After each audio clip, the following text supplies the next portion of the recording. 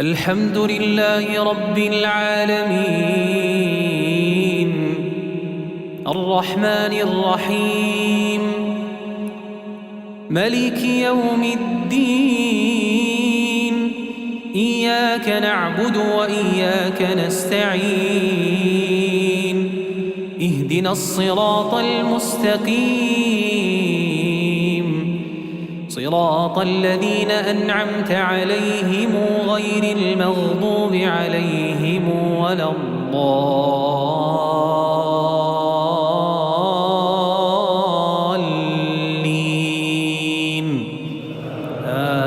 آمين. ألف لام ميم را تلك آيات الكتاب والذي أنزل إليك من ربك الحق ولكن أكثر الناس لا يؤمنون. الله الذي رفع السماوات بغير عمد ترونها ثم استوى على العرش وسخر الشمس والقمر كل يجري لأجل مسمى يدبر الأمر يفصل الآيات لعلكم بلقاء ربكم توقنون. وهو الذي مد الأرض وجعل فيها رواسي وأنهارا ومن كل الثمرات جعل فيها زوجين اثنين يغشي الليل النهار إن في ذلك لآيات لقوم يتفكرون. وفي الأرض قطع متجاورات وجنات من أعناب وزرع ونخيل صنوان وغير صنوان تسقى بماء واحد ونفضل بعضها على بعض في الأكل إن في ذلك لآيات لقوم يعقلون. وإن تعجب فعجب قولهم أإذا كنا ترابا إنا لفي خلق جديد أولئك الذين كفروا بربهم وأولئك الأغلال في أعناقهم وأولئك أصحاب النار هم فيها خالدون. ويستعجلونك بالسيئة قبل الحسنة وقد خلت من قبلهم المثلات وإن ربك لذو مغفرة للناس على ظلمهم وإن ربك لشديد العقاب. ويقول الذين كفروا لولا أنزل عليه آية من ربه إنما أنت منذر ولكل قوم هاد.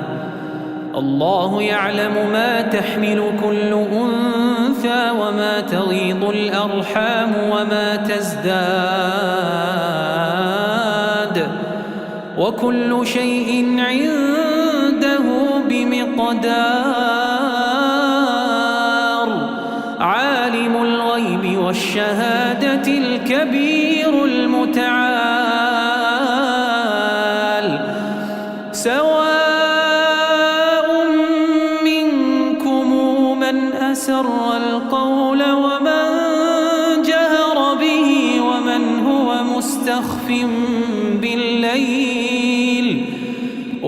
هو مستخف بالليل وسارب بالنهار له معقبات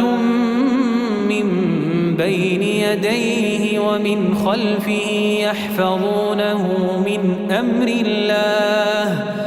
إن الله لا يغير ما بقوم حتى يغيروا ما بأنفسهم وإذا أراد الله بقوم سوءا فلا مرد له وما لهم من دونه من وال هو الذي يريكم البرق خوفا وطمعا وينشئ السحاب الثقال ويسبح الرعد بحمده والملائكة من خيفته ويرسل الصواعق فيصيب بها من يشاء وهم يجادلون في الله وهو شديد المحال له دعوة الحق والذين يدعون من دونه لا يستجيبون لهم بشيء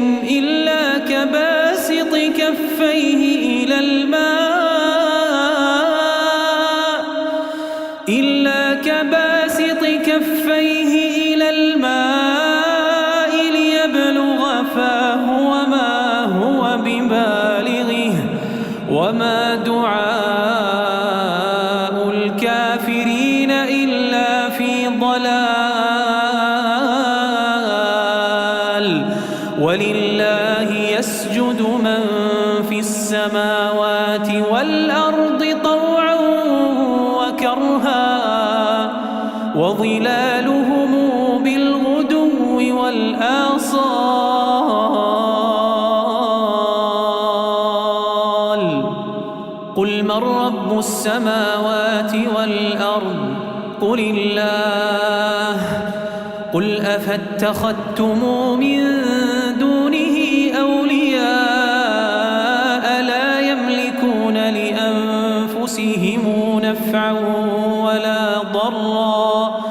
قل هل يستوي الأعمى والبصير أم هل تستوي الظلمات والنور أم جعلوا لله شركاء خلقوا كخلقه فتشابه الخلق عليهم قل الله خالق كل شيء وهو الواحد القهار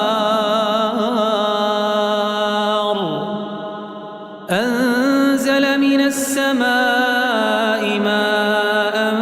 فسالت أودية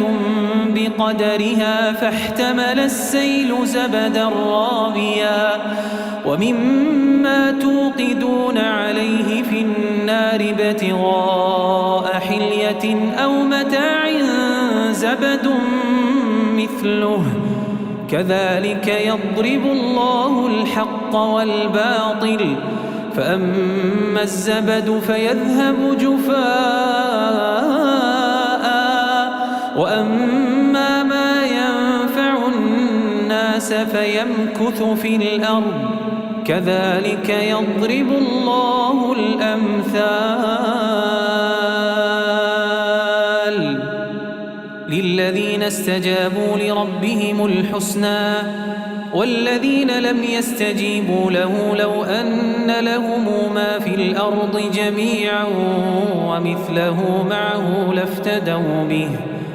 أولئك لهم سوء الحساب ومأواهم جهنم وبئس المهاد أفمن يعلم أنما أنزل إليك من ربك الحق كمن هو أعمى إنما يتذكر أولو الألباب الذين يوفون بعهد الله ولا الميثاق والذين يصلون ما أمر الله به أن يوصل ويخشون ربهم ويخافون سوء الحساب والذين صبروا ابتغاء وجه ربهم وأقاموا الصلاة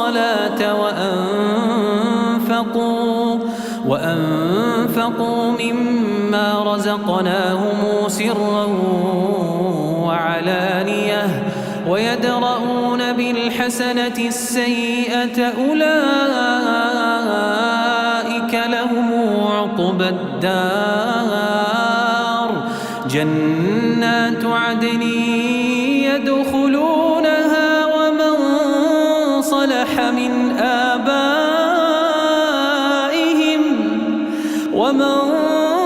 صلح من آبائهم وأزواجهم وذرياتهم والملائكة يدخلون عليهم من كل باب سلام عليكم بما صبرتم فنعم عقبى الدار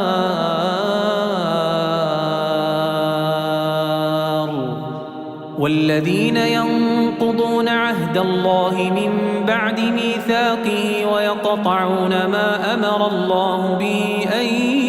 يوصل ويفسدون في الأرض أولئك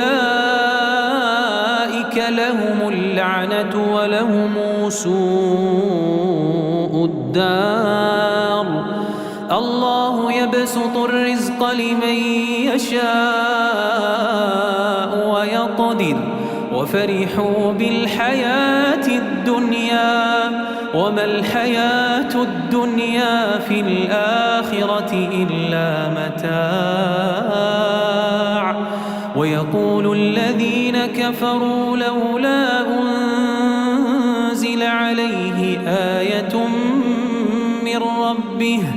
قل إن الله يضل من يشاء ويهدي إليه من أناب الذين آمنوا وتطمئن قلوبهم بذكر الله ألا بذكر الله تطمئن القلوب الذين آمنوا وعملوا الصالحات طوبى لهم وحسن مآب كذلك أرسلناك في أمة قد خلت من قبلها لتتلو عليهم الذي أوحينا إليك وهم يكفرون بالرحمن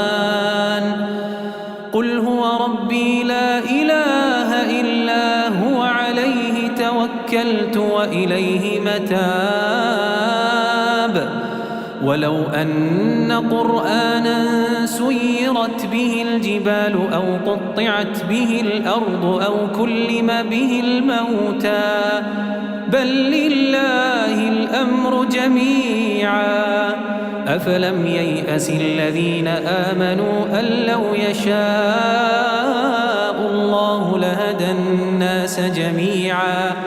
ولا يزال الذين كفروا تصيبهم بما صنعوا قارعة أو تحل قريبا من دارهم حتى يأتي وعد الله إن الله لا يخلف الميعاد ولقد استهزئ برسل من قبلك فأمليت للذين كفروا ثم أخذتهم فكيف كان عقاب أفمن هو قائم على كل نفس بما كسبت وجعلوا لله شركاء قل سموهم أم تنبئونه بما لا يعلم في الأرض أم بظاهر من القول بل زين للذين كفروا مكرهم وصدوا عن السبيل ومن يضلل الله فما له من هاد لهم عذاب في الحياة الدنيا ولعذاب الآخرة أشق وما لهم من الله من واق مثل الجنة التي وعد المتقون تجري من تحتها الأنهار أكلها دائم وظلها تلك عقبى الذين اتقوا وعقبى الكافرين النار والذين آتيناهم الكتاب يفرحون بما أنزل إليك ومن الأحزاب من ينكر بعضه قل إنما أمرت أن أعبد الله ولا أشرك به إليه أدعو وإليه مآب وكذلك أنزلناه حكما عربيا ولئن اتبعت أهواءهم بعدما جاءك من العلم ما لك من الله من ولي ولا واق ولقد أرسلنا رسلا من قبلك وجعلنا لهم أزواجا وذرية وما كان لرسول أن يأتي بآية إلا بإذن الله لكل أجل كتاب يمحو الله ما يشاء ويثبت وعنده أم الكتاب وإما نرينك بعض الذي نعدهم أو نتوفينك فإنما عليك البلاغ وعلينا الحساب أولم يروا أنا نأتي الأرض ننقصها من أطرافها والله يحكم لا معقب لحكمه وهو سريع الحساب وقد مكر الذين من قبلهم فلله المكر جميعا يعلم ما تكسب كل نفس وسيعلم الكافر لمن عقبى الدار ويقول الذين كفروا لست مرسلا قل كفى بالله شهيدا بيني وبينكم قل كفى بالله شهيدا بيني وبينكم ومن عنده علم الكتاب